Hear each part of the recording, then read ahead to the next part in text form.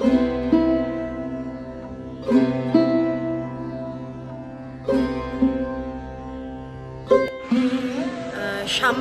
নাট্যচর্চা কেন্দ্রের আয়োজনে আজকে অনেক দিন বাদে একটা নস্টালজিক হয়ে পড়লাম আর কি। বহুদিন ধরে চর্চা করছি, স্বাভাবিকভাবে অন্য কিছু নয়, ওই বয়সের সাথে সাথে চর্চার সাথে সাথে সময়ের সাথে সাথে একটা অভিজ্ঞতা তৈরি হয়েছে। এবং যা হয় আর কি, কখনো কখনো কোথাও কোথাও গিয়ে হয়তো একটু হয়তো দাঁড়াতে ইচ্ছে করে, একটু হয়তো বসতে ইচ্ছে করে, মনে হয় ক্লান্ত হয়ে পড়ছে কি। কিন্তু আজকে যেটাকে বলে একদম ব্যাক টু বেসিক্স।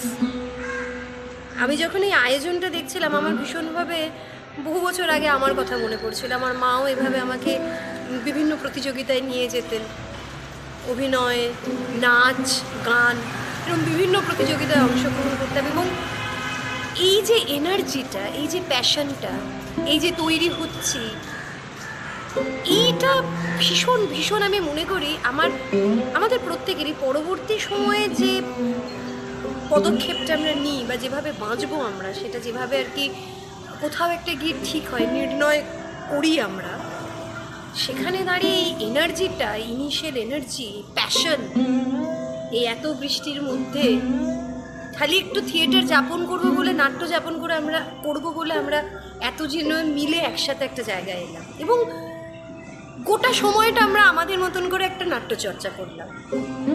হ্যাঁ, হয়তো প্রচুর দর্শক বা কোনো একটি তথাকথিত একটি প্রসিনিয়াম বা একটি হলে করিনি, একটা স্পেস নিয়ে আমাদের মতন করে একটা চর্চা করি। ভীষণ ভালো লাগছে এই চর্চার স্পেসগুলোতে। আসলে সত্যি কথা বলতে সেটা আমাদের ব্যস্ততার জন্যই বিভিন্ন কারণে এই চর্চার জায়গাগুলোতে ধীরে ধীরে ধীরে ধীরে একটু ম্রিয়মাণ হয়ে যাচ্ছে।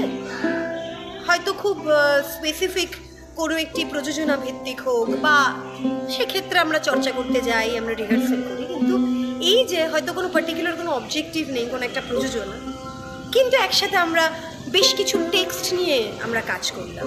বেশ কিছু টেক্সট নিয়ে এতগুলো মানুষ এক জায়গায় এসে আমরা অনেকগুলো টেক্সট একসাথে দেখলাম। রবীন্দ্রনাথ ঠাকুর থেকে শুরু করে কথা অমৃত সমান, বিভিন্ন বাদল সরকার, এতগুলো টেক্সট নিয়ে আমরা একটা জায়গায় এসে বেশ একটা নিজেদের মতন করে চর্চা করলাম। ভীষণ ভালো।